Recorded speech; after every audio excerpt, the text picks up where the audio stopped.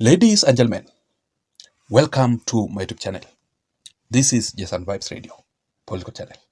So if you are new here or if you are listening to me currently and you haven't subscribed, before we begin this video, please take a second and subscribe to my YouTube channel. Thank you so much for your support. So let us begin. Uhuru Kenyatta is now playing very dirty politics against Kalonzo Musyoka ahead of the 2027 elections. And if Kalonzo is a sharp politician, by now, Kalonzo Musyoka should be very much aware of Uhuru Kenyatta's tricks in the united opposition coalition. Otherwise, if Kalonzo is not very careful, then Kalonzo will end up supporting someone else again in 2027. Kalonzo will not run for presidency. He will not be at the ballot if he is not careful. I personally believe that this is the very last chance that Kalonzo Musyoka has to run for presidency in 2027, considering Kalonzo Musyoka's age. Right now, Kalonzo is at 71 years old. So let's say, for example, Kalonzo Musyoka decides that in 2027, he steps aside to support Dr. Fred Okengo Matiangi, meaning he will have to support Matiangi for the next 10 years, from 2027 to 2032, that is 5 years, then from 2032 to 2037, that is another 5 years, to come to 10 years. So, by the end of Matiangi's 2-term, Kalonzo will be at over 82 years old. So Kalonzo at 80 and above, he will not be able to run for presidency again. So this is the very last chance that Kalonzo Musyoka has, and he must do everything possible to ensure that he runs for presidency in 2027. But this is exactly what Uhuru Kenyatta is currently doing to finish Kalonzo Musyoka completely. He's playing dirty politics. Number one, Uhuru Kenyatta does not want Kalonzo to be the flag bearer of the united opposition coalition. And the real reason as to why Uhuru Kenyatta is strongly opposing Kalonzo Musyoka's presidency in the opposition, it is because Uhuru needs someone in power to be the president and to serve the interest of the Kenyatta family. Uhuru is basically playing the Kenyatta family politics. And of course, Uhuru and the Kenyatta family cannot trust someone like Kalonzo Musyoka. Why? It is because Kalonzo is someone mwenye anaweza fika huko akuwe president officially, then he betrays Uhuru and the Kenyatta family and unite with William Ruto to have a handshake with William Ruto and to continue working together. That is why the Kenyattas cannot trust Kalonzo with the presidency. The Kenyatta family are trusting Dr. Fred Okengo Matiangi as the flag bearer of the united opposition coalition. The reason as to why they are trusting Fred Matiangi against Kalonzo, it is because Matiangi is very loyal to Uhuru Kenyatta.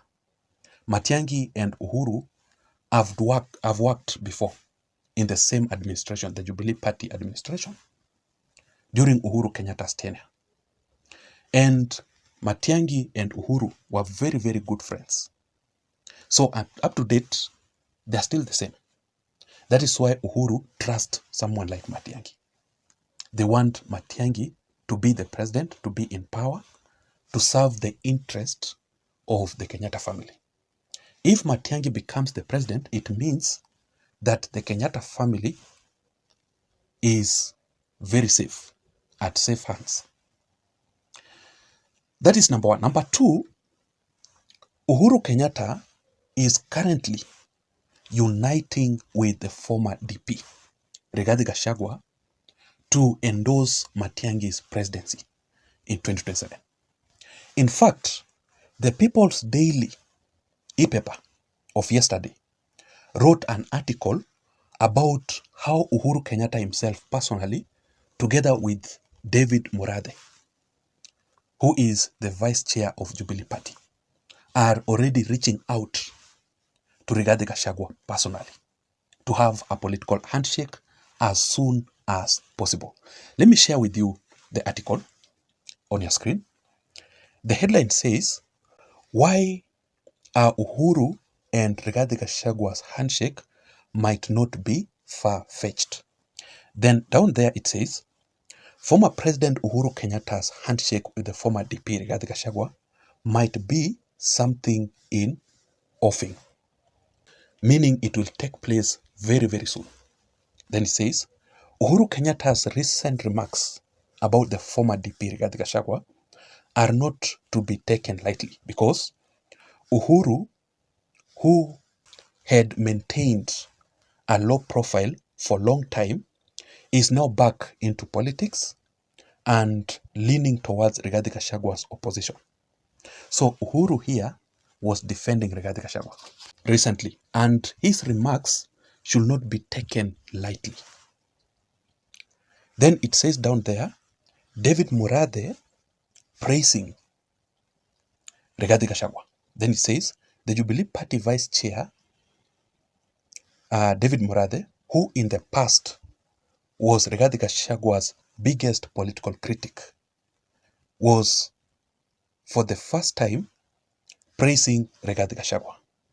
So even David Murathe himself, who used to be the political enemy of Rigathi-Gachagua, for the first time, he was strongly praising Rigathi-Gachagua. Then it says down there, Rigathi-Gachagua's willingness for a truce with Uhuru Kenyatta. Then it says that Rigathi-Gachagua himself is very much ready to have a dialogue with Uhuru Kenyatta, to reconcile with Uhuru Kenyatta.